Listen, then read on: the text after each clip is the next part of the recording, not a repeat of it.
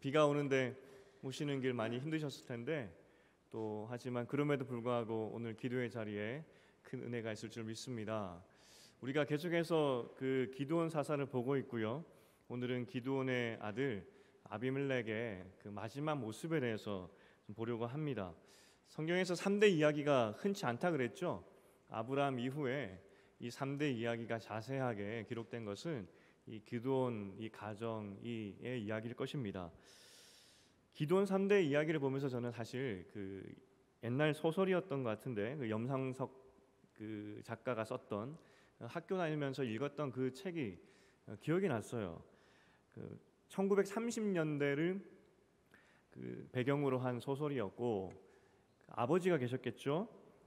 일제 시대 때 신문물이 들어오면서 그때 아버지로서 그러니까 일대로서 가문과 전통을 중요시하는 그 아버지가 계셨고요. 그에게 아들이 있었는데 미국 유학하고 기독교 신자였고 장로였습니다. 그러니까 아버지는 가문을 중시하고 전통을 중시하는데 이 신문물이 들어오면서 이 아들을 유학 보내놨더니 예수 교를 믿게 되고 제사도 지내지 않고 가문과 전통을 또 돌보지도 않고 그 재산으로 사회 사업 해버리고 아버지께서 굉장히 답답했겠죠. 나중에 안타깝게도 그런데 이 아들이 불륜을 저지르고 또 아이까지 낳고 또 다른 사람과 불륜을 저지르는 처음에는 참 좋은 모습으로 갔지만 결국 이렇게 타락하는 모습을 보면서 이 아들은 기드온 같기도 하고 앞서 말했던 그 아버지는 요아스 같기도 하고 그렇습니다. 3대째 이제 내려오는데 할아버지에게 마지막 기대가 되는 손자가 있었습니다. 아들은 그렇게 망쳐버렸지만 마지막 그 손자에게 희망을 걸었지만 그 손자는 굉장히 우유부단했습니다. 그러니까 걱정은 많은데 결국 아무것도 하지 못하는 3대가 점점점 기울어져가는 그 소설이 기억이 났습니다. 기드온의 가문이 이러지 않았을까 싶었습니다. 여러분 그런데 이 3대까지 이 이야기가 흘러가는 동안에 이 시간이 굉장히 긴 거 아시죠? 여러분 할아버지가 다 계실 겁니다. 그런데 그 할아버지가 여러분에게 어떤 말씀을 해주셨고 어떤 것을 물려주셨고 평소 어떠한 모습인지 잘 기억이 나시나요? 저도 친할아버지는 좀 일찍 돌아가셨는데 외할아버지는 그래도 좀 오래 계셨거든요. 하지만 기억이 가물가물해요. 굉장히 큰 사랑받았지만 가물가물하다는 겁니다. 3대 이야기가 굉장히 길고요.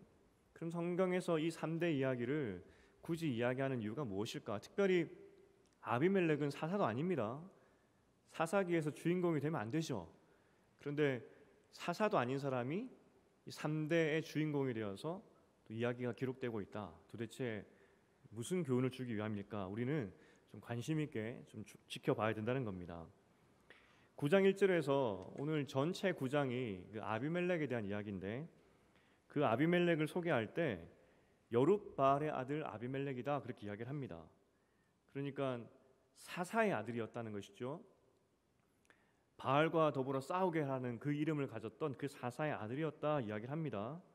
우리가 잘 알고 있지만 일대 요아스는 대각성을 일으켰습니다. 그래서 우상을 섬기다가 하나님을 섬기게 되면서 든든한 그 아들 그 기드온의 후원자가 됩니다. 그리고 2대째 내려왔을 때 기드온은 그 요아스 아버지의 믿음의 그 열매로 정말 훌륭한 사사 역할을 잘 했던 것 같습니다. 이제 시간이 흘러서 이 기드온도 아들을 낳는데 이 이야기의 흐름상 요아스의 믿음의 열매는 기드온이었습니다. 그러면 기드온도 이제 아들을 낳았으니까 어떤 믿음의 열매가 나오지 않겠습니까? 실제 기드온의 죽음을 기록하면서 8장 29절 32절이었는데 요아스의 아들 여룻바알, 요아스의 아들 기드온이라고 하면서 분명히 기드온은 그 아버지의 열매였다라고 이야기를 합니다.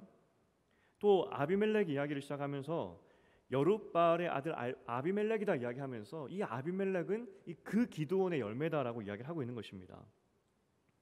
사사도 아니었던 요아스가 각성했을 때 엄청난 열매를 맺지 않습니까? 그러면 기드온은 사사입니다. 이 사사가 하나님 일을 하던 그 사사가 열매를 낳게 되었을 때 얼마나 큰 열매를 맺게 될까 하는 그런 기대감을 우리는 가지게 됩니다. 정말 사사 기드온의 아들은 그런 큰 열매를 맺었을까? 그런데 참 안타깝게도 이 아비멜렉이 등장하면서 맨 처음 했던 일이 무엇이냐면 학살입니다. 학살. 기드온이 형제들을 적에 의하여서 다 잃었던 그런 아픔이 있다 말씀드렸죠. 근데 정말 아이러니하게도 이 아비멜렉의 형제들도 다 죽는데, 기드온의 아들들이죠. 다 죽는데 이번에는 누구에 의해 죽냐면 적에 의해서가 아니라 이 같은 형제에 의해서 죽는 겁니다. 기드온은 적에 의해서 아들을 다 잃게 되고 자녀를 잃게 됐지만 이 아비멜렉 그 다음 세대에 와서는 형제가 형제를 죽이는 70명이 한꺼번에 한순간에 다 죽게 됐다는 겁니다. 그리고 더 슬픈 것은 그래도 기드온은 자기 형제를 죽였던 그 원수들, 그 적들을 잡아다가 복수하죠. 다 죽였습니다. 왜냐하면 사람을 죽인 건 죄니까. 그렇지만 오늘 본문에 보았듯이 아비멜렉도 어쨌든 형제를 죽였기 때문에 분명히 이 죄값은 받아야 되는데 결국 이 죄값을 어떻게 하게 하셨느냐? 하나님께서 그의 목숨을 취하심으로 하나님이 대신 복수해 주셨다는 겁니다. 심판받은 것이죠. 정리하면 구절은 분명 사사 기드온의 열매인 그 아비멜렉, 그 이야기가 분명한데 문제는 하나님의 심판받고 죽었다는 겁니다. 그게 3대째 이야기의 결론입니다. 기드온이 그렇게 가슴 아파했던 그 형제 자매의 죽음, 너무나 그 죽음이 트라우마가 돼서 아파서 그 왕들을 잡아다가 하나님의 전쟁임에도 불구하고 순간 그 복수심에 불타서 이것은 네가 내 형제 죽였기 때문에 내가 너를 죽이는 것이야 라고 말할 정도로 그렇게 가슴 아팠던 그 형제 죽음, 이것이 재현돼 버렸다는 겁니다. 근데 너무나 안타깝게도 이번에는 자녀가 자녀를 죽이는 것으로 재현되었다는 것이죠. 어떻게 이런 비극적인 일이 일어났을까? 우리가 여기까지 보면 자식 교육이 이렇게 힘들다는 것을 말해주는 것인가? 이렇게 싶을 수도 있습니다. 사사도 결국 자식 교육 실패했네 이렇게 교훈을 받을 수도 있겠습니다. 뭐 그런 교훈도 가지고 있죠. 제가 그 이전에 아이와 함께 한 2년 전이었던 것 같은데 고깃집을 간 적이 있습니다. 근데 고깃집 냉장고에 술이 가득 차 있지 않습니까? 이 아이가 소주가 가득 차 있던 그 냉장고를 바라보면서 아빠는 저 중에 뭘 마시고 싶어 그러는 겁니다. 한 번도 마신 것도 없고 술 종류도 모르기 때문에 야, 뭘 마시냐, 내가 언제 마셔봤어, 나 몰라 그랬더니 계속 조르는 겁니다. 아빠 그래도 하나만 골라줘. 봤더니 소주에 한라산이 적혀있는 술이 있더라고요. 그런 소주도 있더라고요. 그래서 이름이 특이해서 그래 한라산 그랬더니 자기는 또 나는 저거요 뭐 이렇게 이야기하는 겁니다. 그 옆에 냉장고를 봤더니 이번에는 맥주가 들어있던 냉장고였습니다. 근데 이러면 어떻게 그걸 맥주를 아는지, 그 맥주가 다 그 브랜드가 영어로 써 있지 않습니까? 아빠 저 중에 뭘 마시고 싶어 또 묻는 겁니다. 그 곰곰이 생각해 보니까 저희가 뭐 TV도 많이 보는 건 아니지만 이 술 광고가 굉장히 강렬하게 이렇게 보여주는 거 아십니까? 다른 광고도 참 잘 만들지만 이 술 광고가 굉장히 강렬합니다. 그래서 보고 있으면 쏙쏙 귀에 들어옵니다. 그래서 아마도 그래서 이 아이가 술 광고를 보면서 술을 익히지 않나 싶었습니다. 주일학교 교육이 이렇게 쏙쏙 들어가야 되는데 어쨌든 나중에 아빠 나에게 주도를 가르쳐 주세요라고 할까 봐 걱정입니다. 그러니까 자녀 교육이 참 힘든 건 맞죠? 하지만 이 본문의 이야기들이 자녀 교육은 이렇게 힘든 거니까 사사 기드온도 실패했으니 너희도 그런 어떤 자녀 교육에 대한 실패에 대해서 부담감을 덜어라 뭐 이런 교훈일까? 분명히 3대 이야기라고 말씀드렸습니다. 왜 기드온에게 이러한 열매가 나타났는지 우리는 그 원인을 살펴보아야 된다는 겁니다. 우리가 지난주에 보았지만 기드온은 아비멜렉에게 이름 붙여주는 것부터 실패했습니다. 그 이름의 의미가 뭐라 그랬습니까? 나의 아버지는 왕이다. 기드온 왕 아니지 않습니까? 근데 왜 왕이라는 이름을 붙여줬겠습니까? 분명히 기드온이 말했습니다. 내가 왕이 아니라 하나님이 여러분을 다스릴 겁니다. 나는 왕이 될 수 없습니다 라고 말을 해놓고 왜 기드온은 그렇게 왕에 대해서 집착을 했을까? 실제로 왕이라 않고 말하진 않았지만 실제로 그는 실상 왕처럼 살았는데 왜 그렇게 왕권에 대해서 집착했을까? 그 권력이 탐나서 사람들보다 높아지는 것이 너무나 좋아서 그 왕권을 가지려고 했었을까? 정말 그토록 왜 기드온은 절대로 왕이 아닙니다라고 말을 해놓고 왜 왕처럼 살았을까? 우리는 그 답을 얻어야 됩니다. 정말 권력욕인지 도대체 왜 그는 왕처럼 살았는지, 그래서 그렇게 왕처럼 살다가 왜 그 아들을 다 죽게 만들어 버렸는지, 왜 기드온은 왕이 되고 싶었을까?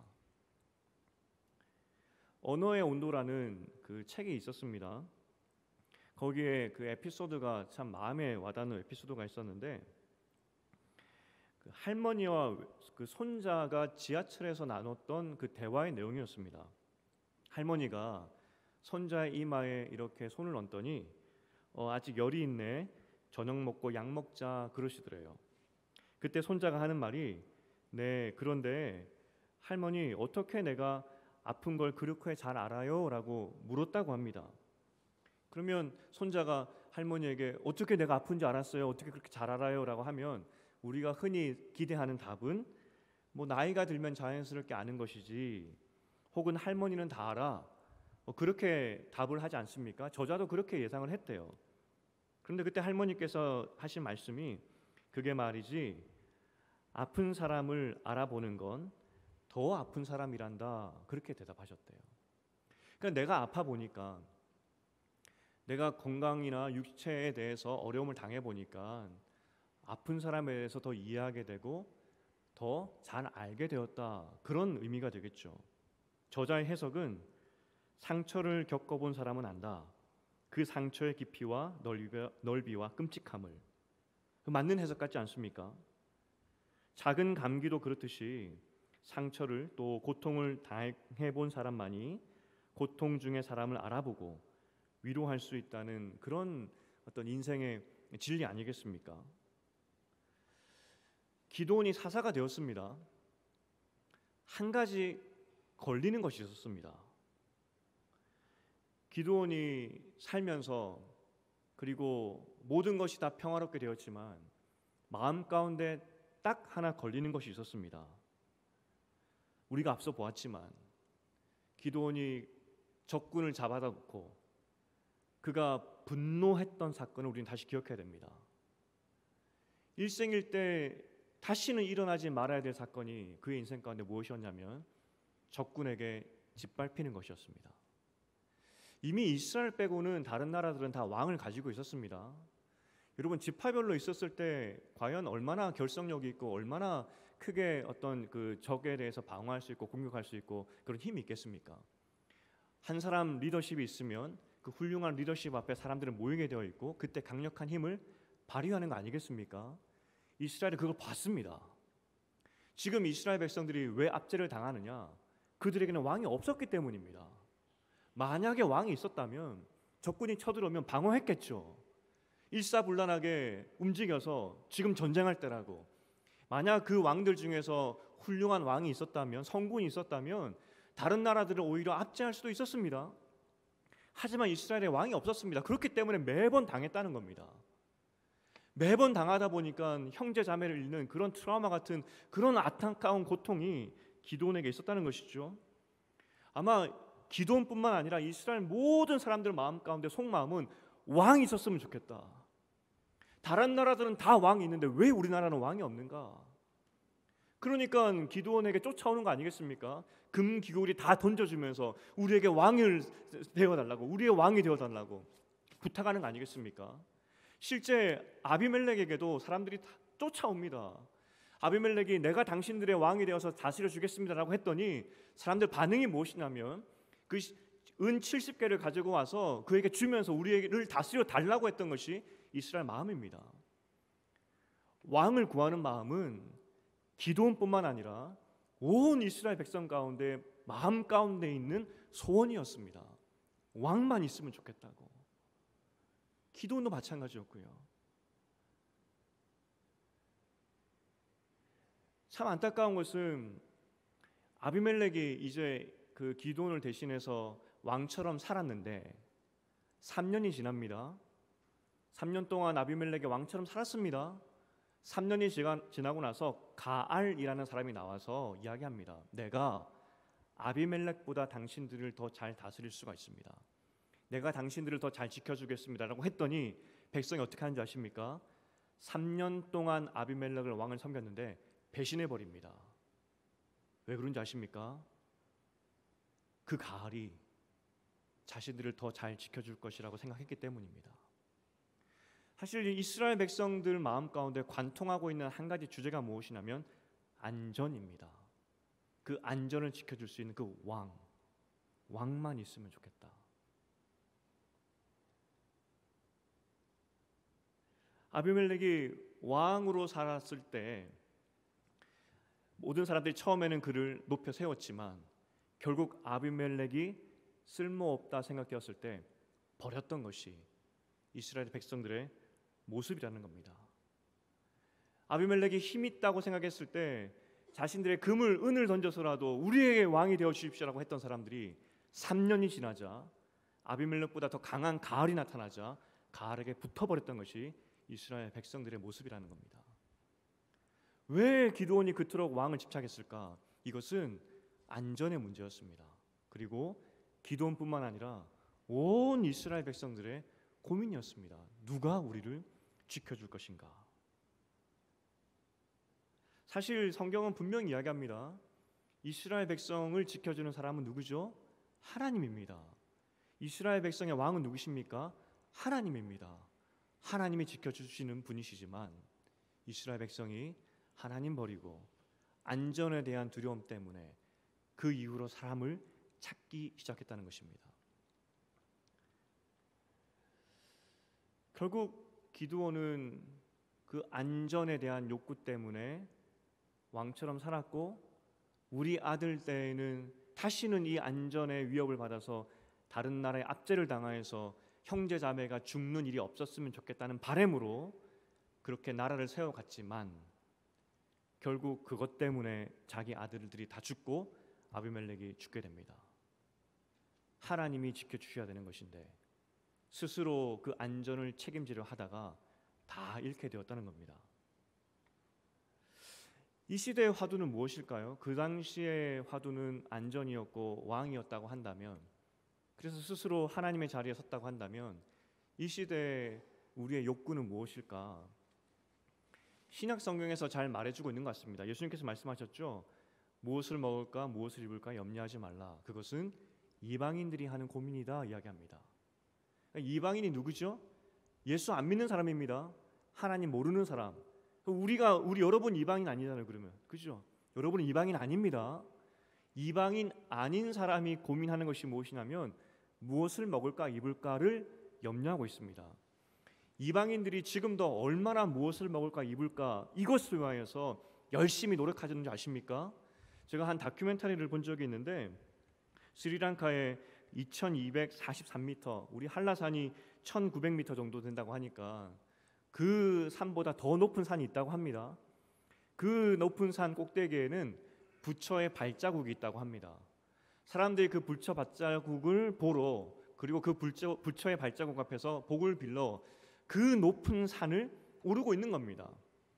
어린 아이부터 지팡이를 든 노인까지 그 더운 날씨에 그 계단을 그리고 산을 오르는 그 장면이 다큐멘터리의 이야기였습니다. 무엇을 먹을까 무엇을 입을까 더 좋은 것을 가지기 위해서 지금 오늘도 수많은 사람들이 그 산을 오르면서 나에게 좋은 것을 주십시오 하는 마음으로 오르고 있다는 겁니다. 산 중턱에 보니까 사람들이 샤워하는 그런, 더우니까 이렇게 목욕할 수 있는 간이시설도 있더라고요.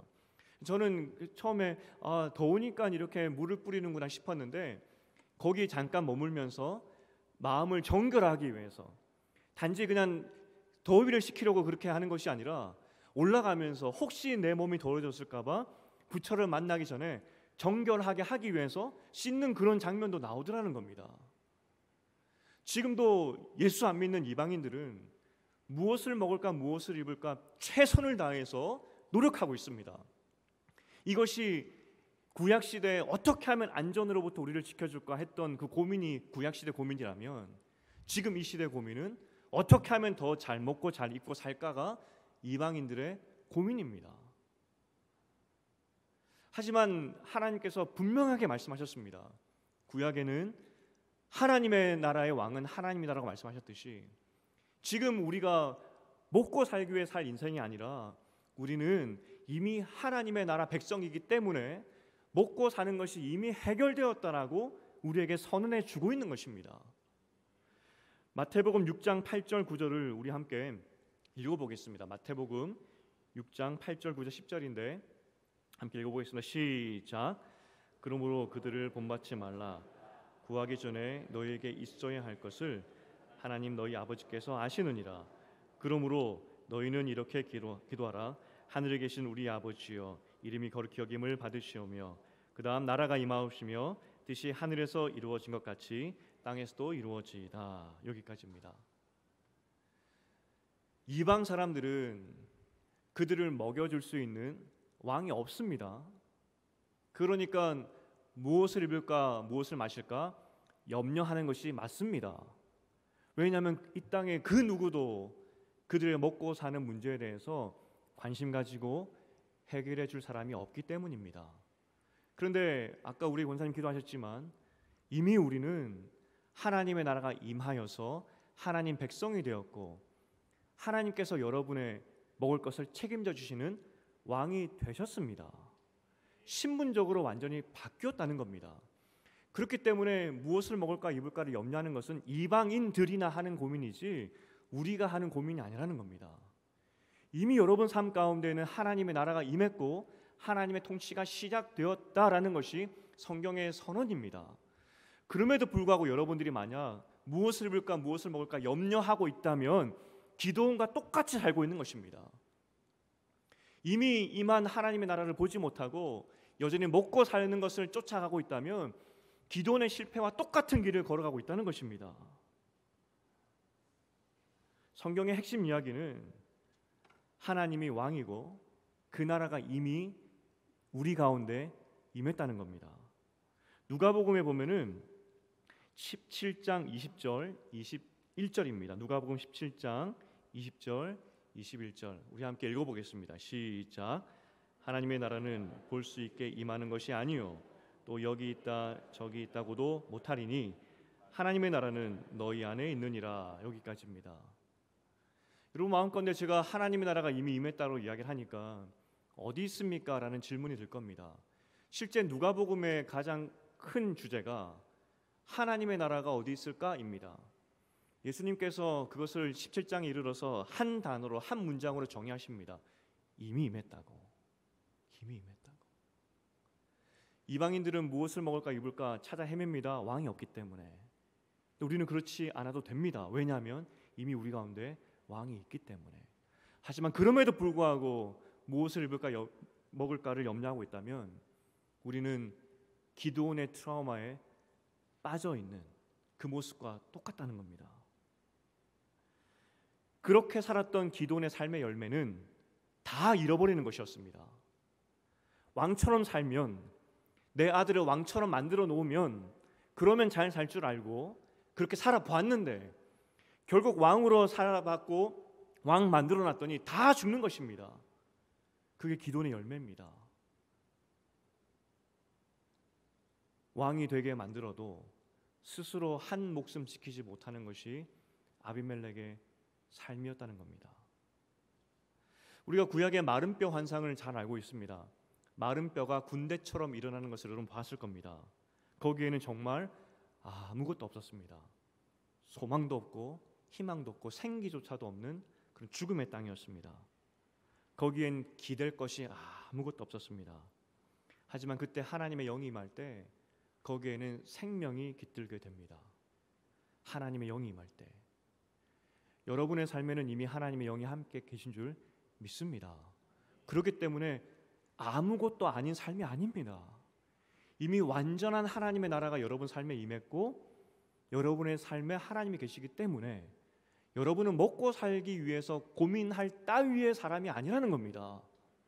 하나님의 나라를 고민하고 이 땅에 하나님의 나라가 임하는 것을 위해서 기도할 그러한 존재라는 겁니다.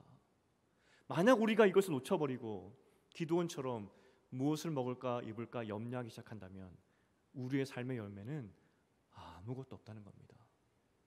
오늘의 교훈은 어떻게 하면 자식 교육을 잘 시킬까?